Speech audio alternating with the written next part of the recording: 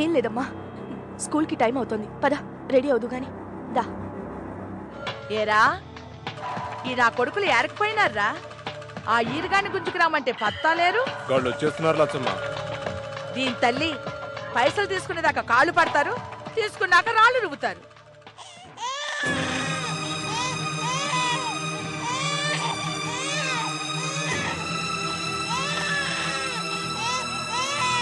అన్నం తింటావా?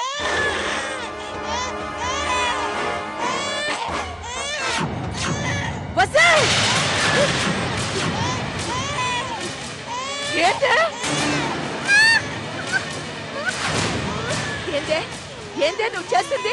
నా మనవడికి పచ్చడి కూడా పెడతావా? నిన్ను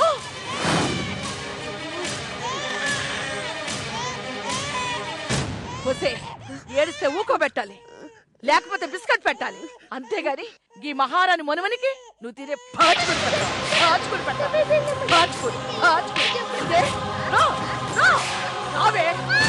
తీసుకుంటా.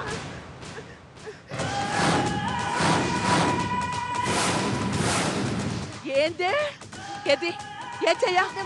ఈ చేత్తోనే కదా నా బిడ్డకి ఎంగిలి కూడా పెట్టినావు. ఈవే ఏందే ఈ చేత్తోనే కదా నా పెన్నుడికి బుబ్బ పెట్టినావు.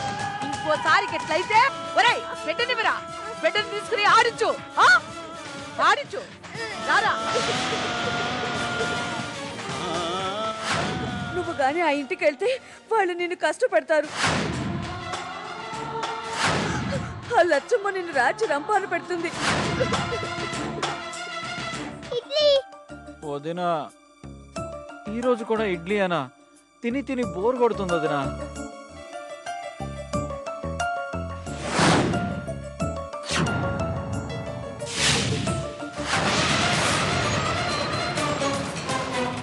వదినా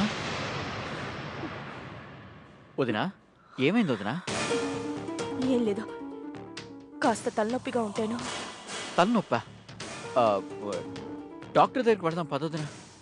అక్కర్లేదు, తగ్గిపోతుంది. అదేంటి వదినా అలా అంటావు? నువ్వు ఇక్కడ తలనొప్పితో బాధపడుతుంటే ఏం కాదు, నువ్వు ఆఫీస్కి వెళ్ళు. ఇలాంటి పరిస్థితుల్లో నిన్ను వదిలేసి ఎలా వెళ్ళను వదినా?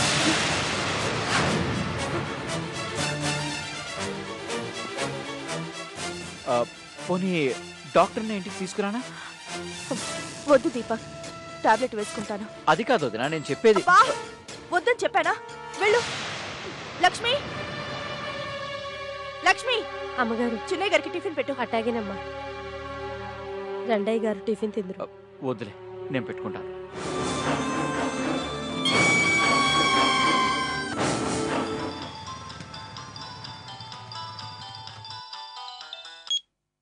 హలో హలో, ఎవరు? ఓ గుర్తుపట్టలేదా? లేదండి. దీపక్ గారేనా మాట్లాడేది? అవును. నీ శ్రీమతి ఎలా ఉంది? ఎందుకు ఊరికే పనికి మాన వాళ్ళ గురించి అడిగి నన్ను డిస్టర్బ్ చేస్తున్నారు? ఆ పనికి మాలింది ఆ రాక్షసి నేనే.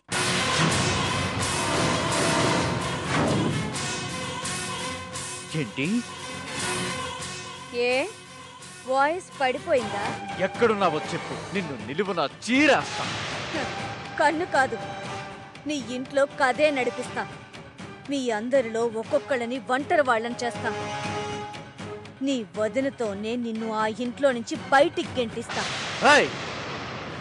ఇక నువ్వు నన్ను ఏమీ చేయలేవు. ముందు నిన్ను నువ్వు కాపాడుకో.